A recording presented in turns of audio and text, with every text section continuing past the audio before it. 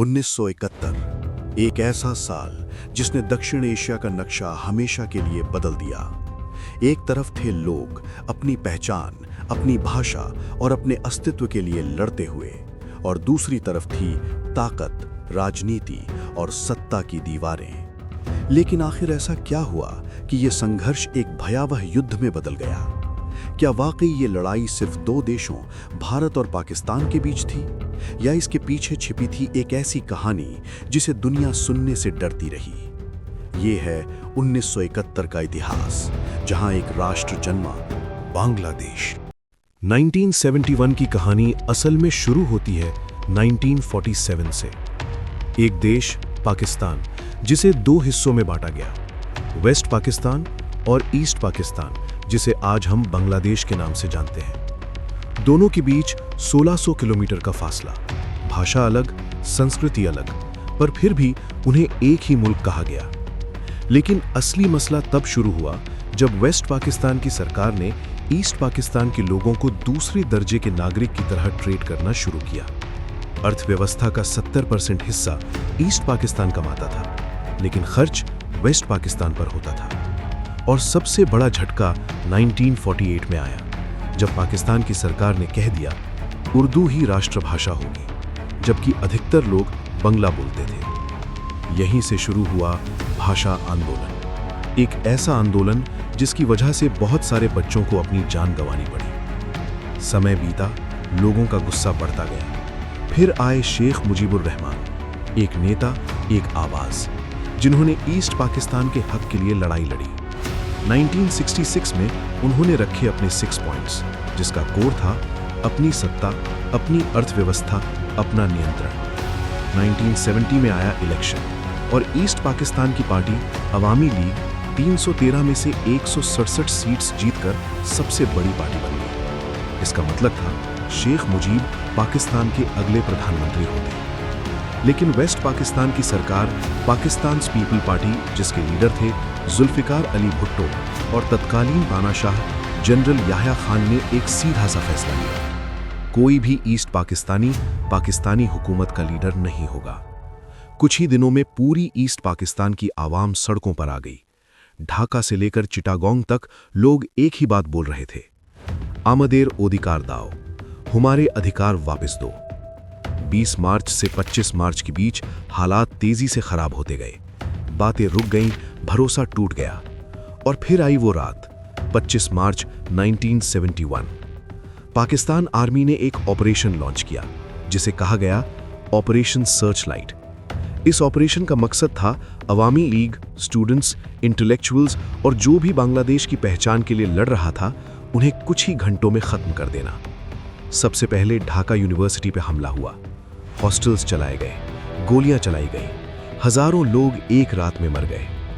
बांग्लादेश के इतिहास में 25 मार्च को आज भी डार्क नाइट कहा जाता है। शेख मुजीब को रात को ही गिरफ्तार कर लिया गया और उन्होंने गिरफ्तारी से पहले एक संदेश दिया, this time the struggle is for our liberation, यानी इस बार ये लड़ाई आज़ादी की है। ईस्ट पाकिस्तान अब एक नई पहचान के साथ खड़ा था, जिसका नाम था बांग्लादेश। लेकिन पाकिस्तान आर्मी के अत्याचार इतने भयानक थे कि लाखों लोग भारत की सीमा क्रॉस करके आने लगे, और कुछ ही महीनों में ये संख्या 10 करोड़ इमिग्रेंट्स तक पहुंच गई। ऑपरेशन सर्चलाइट के बाद ईस्ट पाकिस्तान की स्थिति पूरी तरह बदल चुकी थी। लोगों का भरोसा पाकिस्तान की सरकार से बिल्कुल टूट गया। इसी दौरान मुक्ति बाहिनी, एक संगठित संघर्ष सेना, जो कि बांग्लादेश के ही सिविलियंस और मिलिट्री पर्सनेल से बनी थी, इसका उद्देश्य था इंडियन आर्मी के साथ कोऑर्डिनेट करके पाकिस्तान आर्मी का विरोध करना और बांग्लादेश की रक्षा करना। इस फोर्स को लीड कर रहे थे जनरल M.A.G. ओस्मानी, जिन्होंने मुक्ति बाहिनी को बांग्लादेश के 11 सेक्टर्स में बांट रखा था।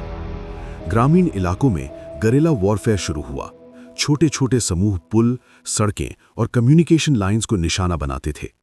पाकिस्तान आर्मी ने इसका जवाब और ज्यादा कठोर कार्रवाई से दिया, जिससे और ज्यादा लोग अपने घर छोड़कर भाग गए। इस दौरान एक पहेली खड़ी हो रही थी।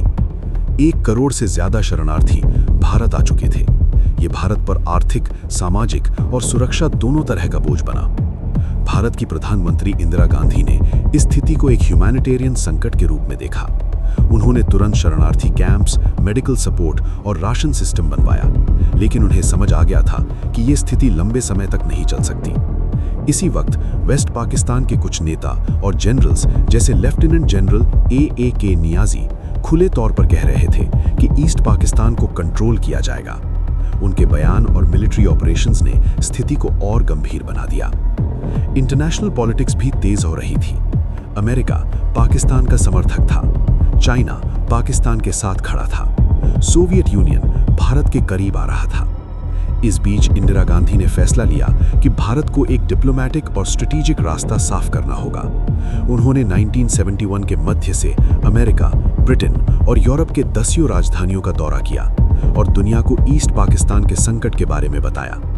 उनका संदेश सीधा था, ये सिर्फ भारत पाकिस्तान का मुद्दा नहीं, बल्कि मानवाधिकार का मुद्दा है। दुनिया की राजनीति धीरे धीरे बांग्लादेश की तरफ ध्यान देने लगी।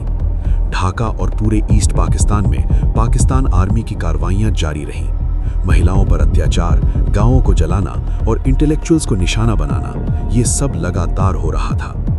इन घटनाओं ने बांग्लादेश के राष्ट्र आंदोलन को और मजबूत बनाया। मुक्ति बाहिनी को भारत ने ट्रेनिंग और सहायता देनी शुरू की। इसमें आर्म्स ट्रेनिंग, गरिल्ला टैक्टिक्स और कम्युनिकेशन सपोर्ट शामिल थे। इसके साथ ही भारत के सेना प्रमुख फील्ड मार्शल सैम मैनेक्शॉ ने एक स्पष्ट मिलिट्री अप्रोच तैयार की, तेज, अल्प प्रभावित और पूरी तरह तैयार युद्ध योजना। उन्होंने इंदिरा गांधी से कहा था, आर्मी को तैयारी का समय चाहिए, जब हम तैयार होंगे तब ऑपरेशन शुरू होगा।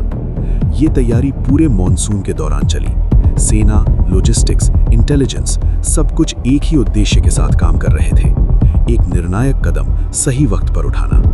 इस दौरान मुक्ति बाहिनी के गरिल्ला अटैक्स और भारत की स्ट्रेटेजिक सपोर्ट ने पाकिस्तान आर्मी को अंदर ही अंदर कमजोर कर दिया। 1971 का अंत आते आते हालात स्पष्ट हो चुके थे। ईस्ट पाकिस्तान अब ज्यादा देर तक दबाया नहीं जा सकता था। और यही था 1971 की कहानी का वो मोड़, जब हर दिन हालात बिगड़ते गए, लाखों लोग घर खो बैठे और एक पूरा रीजन बर्बाद हो गया। लेकिन असली खेल अब शुरू होने वाला था, जब पाकिस्तान ने ऑपरेशन चेंगीज खान लॉन्च किया और भारत को मजबूरन युद्ध में कदम रखना पड़ा। और यहीं से शुरू होता है पार्ट 2 का असली हिस्सा, जहां भारत और पाकिस्तान आमने सामने आएंगे। ऑपरेशन सर्चलाइट के बाद पूरा वॉर का दायरा फैलाएगा और ढाका की तरफ कदम बढ़ेंगे। अगर आपको ये कहानी डिटेल में समझना अच्छा लगा तो वीडियो को लाइक करें, कमेंट करें और चैनल को सब्सक्राइब करें, क्योंकि पार्ट 2 में हम सीधे युद्ध के बीच चलेंगे। भारत वर्सेस पाकिस्तान 1971 का असली सामना, जिसमें पाकिस्तान के 93,000 सैनिकों ने भारत के आगे घुटने टेक दिए थे।